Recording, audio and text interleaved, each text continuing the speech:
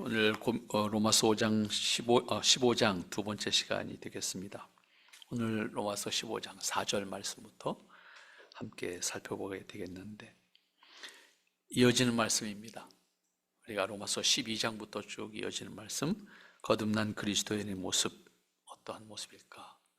어떠한 모습이어야 하겠는가? 특별히 이 15장 13절까지 말씀에서 이제 거듭난 그리스도인의 모습의 마지막 부분을 설명하고 있는데, 마지막으로 바울이 거듭난 그리스도인의 모습을 어떻게 말씀하고 있는지를 마음에 새겨두면 좋겠습니다. 여기서 먼저 생각해야 되는 것은, 구원을 말할 때 대부분 우리는 사람을 중심으로 구원을 생각하게 됩니다. 저 구원을 받아야 하는 것이 사람이기 때문에 자연스럽게 나를 중심으로 해서 생각하게 되고, 나의 목적을 위해서 생각하게 되는 것이 신앙이기도 합니다. 중요한 것은 구원을 받아야 되는 사람이 나이기 때문에 구원의 목적도 나에게로 집중되게 됩니다. 그러니까 신앙의 목적도 나에게 집중되고, 결국 나를 위해서 내가 구원받아야 되기 때문에 믿어야 된다, 이런 논리가 성립이 됩니다. 아주 자연스럽습니다. 그래서 대부분의 경우 구원을 받기 위해서 신앙을 가져야 한다는 생각을 합니다. 틀린 말이 아니죠? 분명히 맞습니다. 그런데 그게 최종적인 목적이어서는 안 된다라고 하는 거죠. 이렇게 이해할 때 논리적인 문제가 포함되는 것을 우리가 생각해야 합니다. 구원의 차서를 이해할 때 믿음으로 구원을 받는다고 말합니다. 틀린 말이 아니고 맞는 말입니다.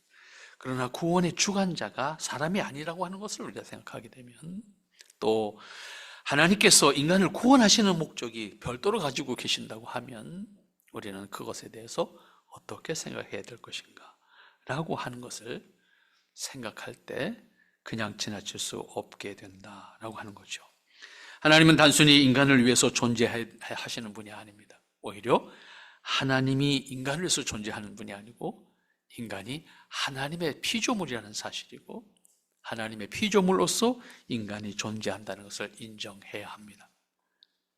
일방적으로 인간을 위해서 무엇을 해야 하는 인간의 종의 신분을 가지고 있는 것이 하나님이 아니고, 인간은 하나님의 피조물이고, 하나님은 인간을 하나님의 창조 목적에 합당하게 지으셨다라고 하는 것을 잊어서는 안 된다라고 하는 겁니다. 만물을 창조하신 하나님을 믿는 신앙을 전제로 생각하면, 인간을 만드신 목적, 인간을 섭리하시는 목적, 인간을 구원하시는 목적, 모두 피조물인 인간에게 있지 않냐고 창조자이신 하나님께 있다는 사실을 우리는 분명히 기억해야 합니다. 그래서 창조로부터 기독교 신앙을 이해해야 된다라고 하는 말씀을 자꾸 반복하는 거예요. 왜냐하면 본능적으로 그렇게 느껴지니까. 하나님이 인간을 왜 창조하셨는가? 이게 답이 나오면, 그 다음에 하나님이 인간이 왜 구원하셨는가? 이 답 같은 거예요. 하나님이 창조하신 목적과 하나님이 구원하시는 목적이 같은 거다. 그런데 그 하나님의 창조와 구원의 목적 안에 인간의 궁극적인 가치가 있는, 소망이 있는 거죠. 따라서 거듭난 사람의 목적이 창조주에게 있다는 사실을 우리는 시인할 수가 있어야 됩니다. 다시 말하면 나를 구원하신 목적이 하나님께 있다는 거예요. 내가 표현할 때 인간 중심으로 표현할지라도 내가 구원받은 목적이 하나님께 있다는 겁니다. 자, 그런 의미에서 이걸 전제로 해서 바울은 표현하는 겁니다. 4절 말씀 보세요. 뭐라고 표현하고 있는가? 무엇이든지 전에 기록된 바는 우리의 교훈을 위하여 기록된 것이니 우리로 하여금 인내 또는 성경의 위로로 소망을 가지게 함이니라. 결국 우리에게 거듭나게 하신 이후에 우리가 가져야 되는 것이 궁극적인 가치와 궁극적인 소망이 하나님께 있는 것이고, 그 하나님께 있는 것을 기록을 통해서 우리에게 주셨다. 성경의 위로로 소망을 가지라는 겁니다. 다시 이때 성경의 위로라고 하는 것은 하나님의 약속이잖아요. 성경 약속이잖아요. 이 약속의 말씀을 통해서 소망을 가지라는 겁니다. 그러니까 우리의 소망은 땅에 있는 것이 아니고, 나에게 있는 것이 아니고 하나님의 말씀 안에 있는 것이다. 약속 안에 있는 것이다. 그런 의미가 되겠죠. 그리스도인은 거듭나기 전까지 하나님과 하나님께서 갖고 계신 영원한 뜻을 알지 못했습니다. 그런데 거듭났다고 하는 것은 하나님을 안다라고 하는 의미가 될 것이고, 하나님을 창조주로 믿는 사람들이라고 하는 것을 전제한다고 하면, 하나님께서 만물과 사람을 창조하신 목적에 대한 분명한 이해와 믿음을 고백해야 하는 것이 거듭난 사람의 신앙입니다. 그 목적에 대해서는 이미 우리가 지난 시간에 살펴보면서 6절부터 쭉 이어지는 7절, 8절, 9절로 이어지는 말씀 속에서 보면 결국 하나님께서 바울을 통해서 분명하게 우리에게 교훈해 주고 있는 말씀을 확인할 수가 있습니다. 뭡니까? 6절 말씀을 보면 아버지께 영광을 돌리게 하려 하노라. 7절 말씀 보면 하나님께 영광을 돌리심과 같이 너희도 서로 받으라. 그리스도의 삶, 그리스도의 희생, 그리스도의 순종도 단지 인간을 위한 것이 아니에요. 누구를 위해서? 하나님께 영광을 돌리기 위한 그리스도의 순종이다. 그와 같이 너희도 받으라. 그와 같이 너희도 순종하라. 그 얘기잖아요. 쭉 내려가 보세요. 9절 말씀. 이방인들도 그 긍휼하심으로 말미암아 하나님께 영광을 돌리게 하려 하심이라. 이방인들도 주님의 이름으로 함께 할 때 그들로 거듭나게 하셔서 하나님께 영광을 돌리게 하는 것, 그것이 인간을 구원하신 목적이다라고 하는 거죠. 이렇게 일관되게 말씀하고 있는 것을 볼 수가 있습니다. 이러한 사실을 전제로 생각하게 되는 것은 거듭나기 전에 가지고 있었던 가치관, 거듭난 후에 가져야 되는 가치관, 어떻게 달라져요? 거듭나기 전에는 가치관의 목적이 어디에 있어요? 사람에게 있어요. 사람에게. 네? 이기적으로 생각하면 나에게 있는 것이고, 조금 넓게 생각하면 우리에게 있는 것이고, 조금 더 넓게 생각하면 인간에게 있는 거예요. 네? 그런데 전혀 달라지는 게 뭐예요? 그 가치가 어디로 가는 거예요? 하나님께로 가는 거예요. 하나님. 이게 달라지는 거예요. 거듭나기 전의 가치관은 사람 중심의 가치관, 거듭난 이후의 가치관은 하나님 중심의 가치관이에요. 이게 확연하게 달라지는 거예요. 거듭나기 전에는 세상에서 자연스럽게 자기 안에 형성된 가치관을 따르게 됩니다. 자연스러운 거예요. 하나님 모르니까. 그러나 거듭난 후에는 지금까지 가지고 있었던 세상의 가치관에 대한 새로운 이해와 정립이 필요합니다. 왜냐하면 믿음과 구원은 물론이고 사람에게 주어진 일반적인 삶의 목적까지도 하나님 중심으로 바뀌어야 하기 때문입니다.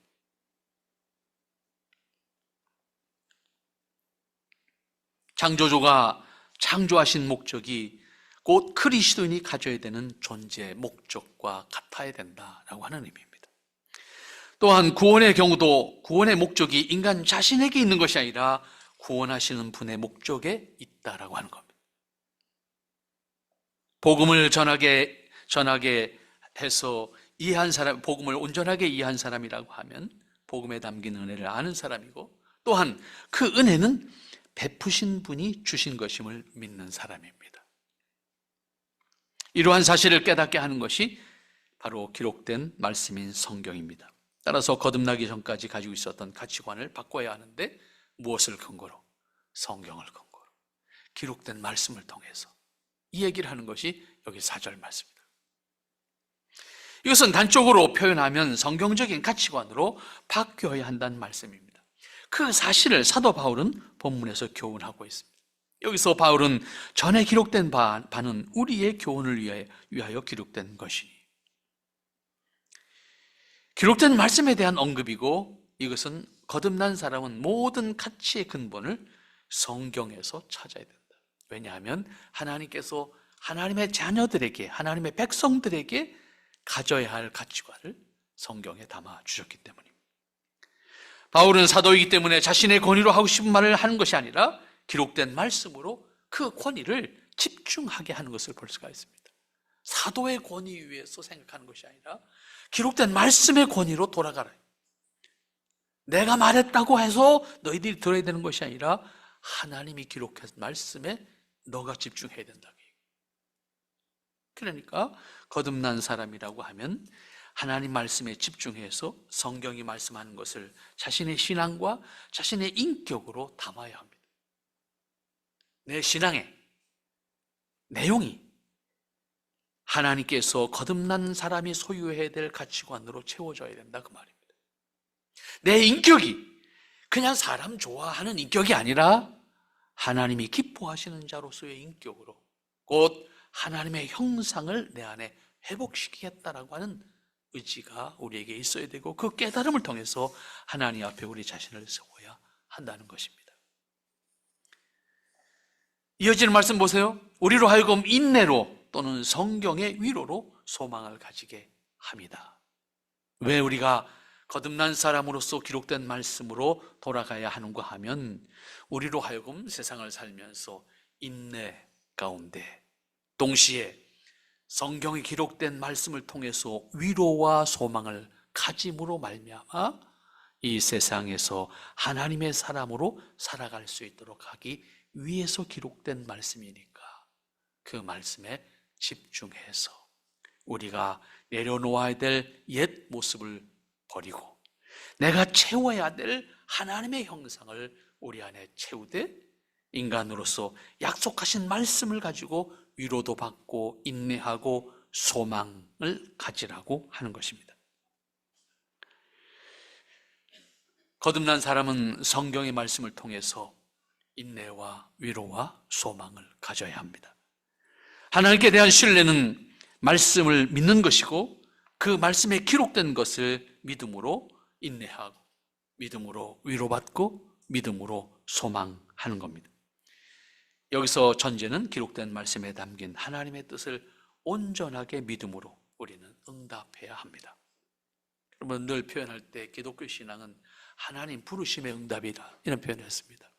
하나님의 부르심에 대한 응답, 하나님 말씀하심에 대한 응답입니다. 그리고 그리스도인은 말씀을 붙들고 그 말씀에 대한 믿음으로 현실을 살아가는 겁니다. 인내하는 겁니다. 소망을 하나님께 두고 세상을 이기는 겁니다. 하나님의 뜻을 기꺼이 살아가는 겁니다. 때로 현실이 어렵고 절망하게 하더라도 소망을 어디에 두어서? 하나님 말씀, 하나님 약속에 두고 위로와 소망을 동시에 가지며 하나님의 뜻을 기꺼이 살아가는 겁니다.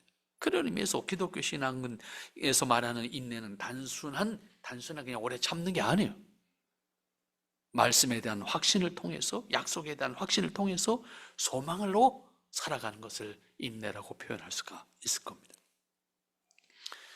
이어지는 말씀 5절로 돌아가서 한번 살펴보시기 바랍니다. 이제 인내와 위로의 하나님이 너희로 그리스도 예수를 본받아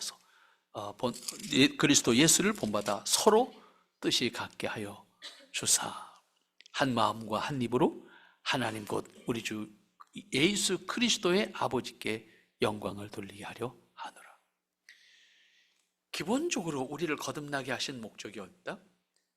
하나님께 영광을 돌리게 하는 데 있다. 이게 기본적인 하나님께서 인간을 거듭나게 하신 목적입니다. 그러니까 인간이 거듭난 목적이 내 자신 단순히 죽어서 천당 가는 개념이 아니에요. 하나님께 영광을 돌리는 존재로 회복시켜주는 거예요. 아담을 창조하신 목적이 거기에 있었습니다. 아담을 창조하시고 하나님께서 기뻐하셨고 아담을 통해서 기뻐하심을 받기를 원했습니다. 타락한 인간을 회복시키신 것은 하나님의 영광을 받으시기 위함입니다. 거듭난 사람이 하나님 말씀에 근본을 두고 하나님의 뜻을 자신에게 담는 일과 함께 열심히 사는 것이 가장 그리스도인으로서 아름다운 모습입니다. 여기서 하나님의 뜻을 단지 어떤 목적만 의미하지 않습니다. 기본적으로 거듭난 사람은 자신 안에 하나님의 형상을 담아야 합니다. 하나님의 형상을 회복시켜야 합니다.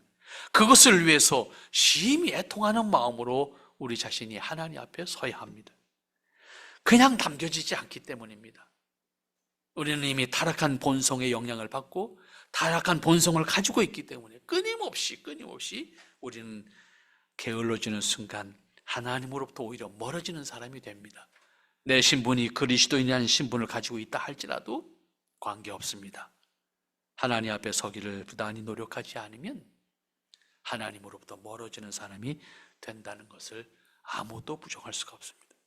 거듭나기 전에 성장하면서 자기 안에 형성된 인격이 이미 하나님과 적대적인 관계였고, 그리고 하나님으로부터 멀어져 있기 때문에 그것을 모두 내려놓고 하나님의 가까이 갈 수 있는 마음으로, 하나님의 기뻐하시는 모습으로 내 자신을 만들어가는 작업을 해야 합니다.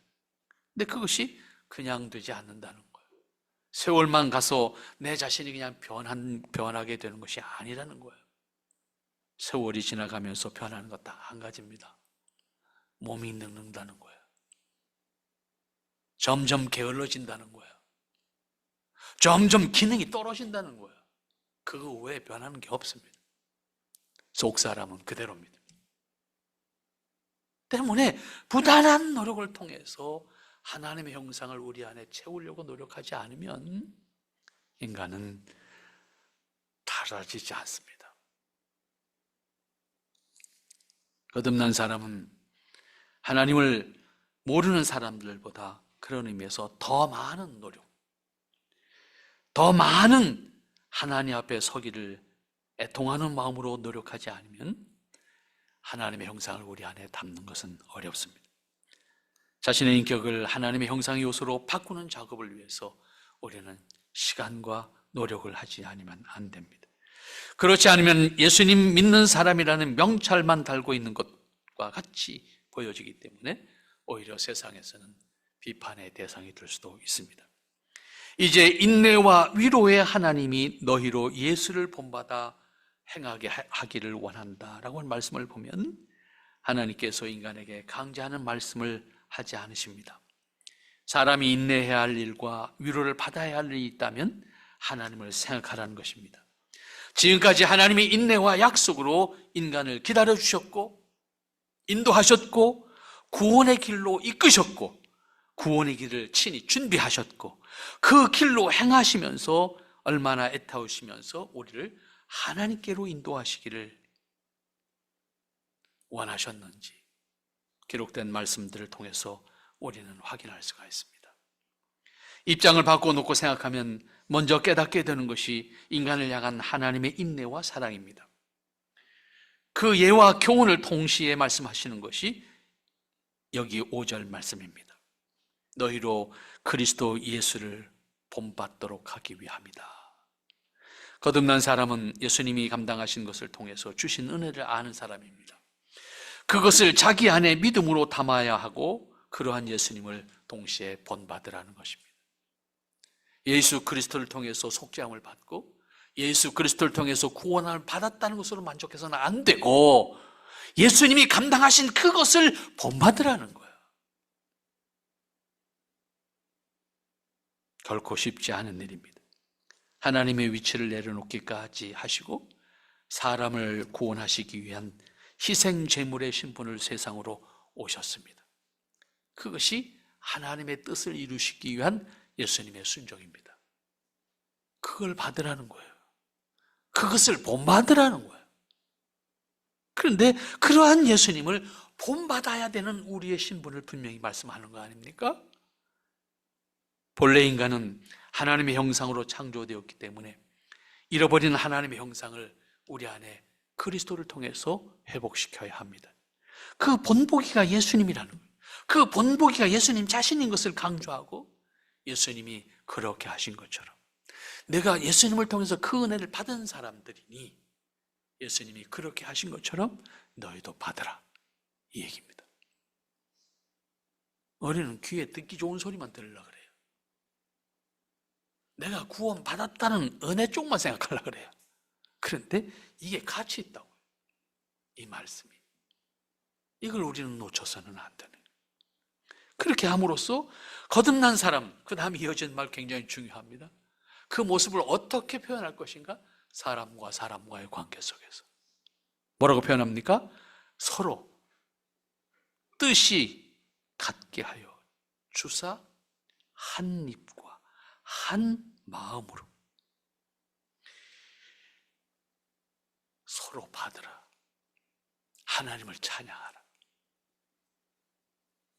같은 소리, 같은 말, 같은 의식, 같은 수고를 감당하도록 하셔야 한다는 것입니다. 그렇다고 획일적이고 통일된 것을 말하는 것이 결코 아닙니다. 각각의 은사와 환경에 따라서 자신의 삶을 사는 것입니다. 다만 각자의 삶에 있어서 하나님의 뜻을 공유하고 하나님의 기뻐하심을 살아가는 공적인 목적이 있어야 합니다. 하나님은 획일된 행동을 강요하지 않습니다. 오직 하나님의 기뻐하심을 공유하고 그것을 이룸에 있어서 한 마음과 한 입으로 라고 하는 일치를 요구하는 겁니다. 하나님의 뜻을 이루는 삶을 살아갈 때 한 마음과 한 뜻으로 그 하나님께 영광을 돌린다라고 하는 궁극적인 목적을 공유하고 각각의 주어진 삶을 사는 거예요. 거기에 강요된 획일된 모습은 없습니다.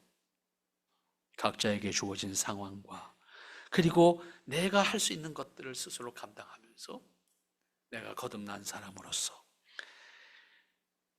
하나님께 영광을 돌린다라고 하는 궁극적인 목적을 우리 안에 가지고 하나님의 뜻을 살아가는 겁니다. 그런데 문제는 언제나 현실적인 상황에 우리는 발목을 잡힙니다. 이러한 현실에 매이게 되면 그때부터 더 이상 회복을 기대할 수 없게 됩니다. 그렇다고 현실을 부정하면 외계인처럼 사람들에게 이지매를 당할 수도 있습니다. 이때 거듭난 사람이 확인해야 되는 것은 그것이 하나님께서 기뻐하실 일인가 라고 하는 것에 대한 대답입니다. 그 대답으로 나의 삶을, 그 대답으로 뜻을 갖자, 그 대답으로 우리의 마음을 갖자 함께하는 삶을 살아야 되는 겁니다. 그 과정 속에 우리는 위로와 격려를 받게 되고 서로를 통해서 배움을 얻게 되는 겁니다. 그러나 그것을 양보하거나 외면하면 아무리 당장 어떤 결과가 있다 할지라도 그 순간부터 왜곡과 변질을 동반하게 됩니다. 그 이유는 6절에서 인간을 구원하신 하나님의 목적을 분명하게 말씀하고 있기 때문입니다. 하나님 곧 우리 주 예수 그리스도의 아버지께 영광을 돌리게 하려 한다. 결국 예수님께서 우리를 위해서 이 땅에 오셨고 죽으셨고 부활하셨어. 우리에게 구원과 속죄의 길을 열어주신 것이 궁극적으로 어디에 목적이 있는 겁니까? 우리로 하여금 그리스도 안에서 하나님께 영광을 돌릴 수 있는 사람이 되도록 우리의 신분을 바꿔주셨다. 그러니까 예수님의 희생은 결국 궁극적으로 어디에 있는 거예요? 하나님께 영광을 돌리기 위한 우리 인간을 그 신분에 합당한 사람으로 만들어주기 위한 예수님의 희생이었다는 사실을 알게 됩니다. 그러면 인간은 어떤 존재입니까? 그래서 다시 창조를 믿어야 된다는 얘기가 다시 나오는 거예요. 하나님 인간을 왜 창조하셨는가를 믿는다고 하면 여기에 이의가 없어요. 왜냐하면 하나님이 창조하셨을 때 인간에게 주신 위치나 목적과 인간을 구원하셨을 때 위치와 목적이 같기 때문입니다. 그 다음 이어진 7절 말씀에서 우리는 더욱 확고하게 다시 한번 확인해야 되는 것이 있습니다. 그러므로 그리스도께서 우리를 받아 하나님께 영광을 돌리신 것과 같이. 자, 이것은 아까 이미 설명을 한 내용이에요. 그죠? 근데 그 다음 하는 말이 굉장히 우리에게 힘든 말이죠. 너희도 서로 받으라. 예수님이 우리를 사랑으로 받아주신 것처럼 너희도 서로 받으라. 이게 그리스도인의 삶이고 이게 그리스도인이 믿음으로 감당해야 될 역할입니다. 결국 이 말씀은 거듭난 사람이 자신의 신앙과 삶에 임하는 자세가 어떤 것이어야 할 것인지를 예수님을 예로 들어서 말씀하고 있는 것이고 그 원리, 어떤 의미에서는 그 원리를 말씀하시는 것이죠. 이에는 결정적인 것이고 변명의 여지가 없는 확실하게 말씀하는 것임을 알 수가 있습니다. 또한 복음의 원리를 깨닫게 하는 말씀이기도 합니다. 예수님의 성육신과 인간의 죄를 대신 지시고 고난을 받으신 것까지 모든 것이 거듭난 사람이 본받아서 하나님께 영광을 돌리게 하는 것을 목적으로 하는 것이었기 때문에 바로 그 사실을 우리에게 다시 한번 확인시켜 주시면서 우리로 하여금 너희도 서로 받으라고 말씀하시는 겁니다. 그리스도께서 우리를 받아 하나님께 영광을 돌리심과 같이 그리스도께서 우리를 사랑으로 다시 받아주셔서 속죄를 하시고 우리를 거듭나게 하셔서 하나님께 영광을 돌리신 것과 같이 너희도 서로 받으라 이 얘기예요. 내가 거듭났음을 확인한다면 우리는 다른 사람에 대해서 그리스도가 우리를 받은 것처럼 그들을 받아서 라고 하는 거예요. 이때 받기 위해서 뭐가 필요해요?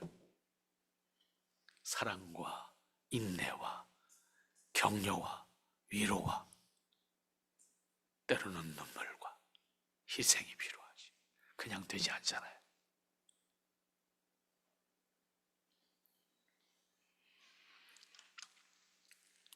거듭난 사람이 자신의 신앙과 삶에 임하는 자세를 예수님께서 우리를 받아주신 것 같이 하라는 말씀으로 표현하고 있습니다. 참으로 귀한 말씀이고 참으로 엄미한 말씀이고 참으로 감당하기 버거운 말씀입니다. 그러니까 거듭난 사람이라고 하면 자신의 삶에 임하는 자세가 예수님께서 인간을 위해서 인간으로 오신 것과 그리고 인간을 위해서 희생의 제물이 되신 것과 같이 그렇게 감당하심으로 우리를 받아서 하나님께 영광을 돌리시는 사람의 신분으로 만들어 주심과 같이 너희도 서로 받으라. 이 부분이 감당하기 힘든 거예요. 내가 받는 건 좋은데, 내가 받는 건 필요한데 그와 같이 너희도 받으라 하는 말에 감당하기 힘든 거예요. 우리가 거듭날 수 있었던 것은 우리의 의 때문이 아니고 오직 예수님의 대속을 위한 희생을 통해서 열어주신 속죄와 구원의 은혜이었었기 때문입니다. 그리고 그 길에 설 수 있도록 하신 것도 하나님의 은혜였기 때문입니다.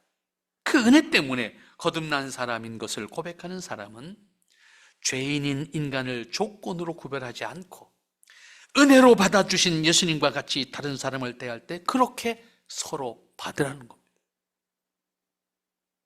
이것이 믿음으로 감당해야 될 우리의 역할입니다.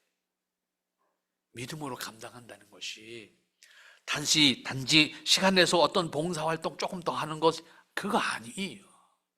그건 부수적인 거예요. 이거는 감당하기 버거운 겁니다. 그러나 서로 받으라는 겁니다. 실제로 살면서 경험하게 되는 현실은 버겁습니다. 때로는 모든 것을 부정하고 싶을 만큼 힘듭니다. 때로는 분노하게 됩니다.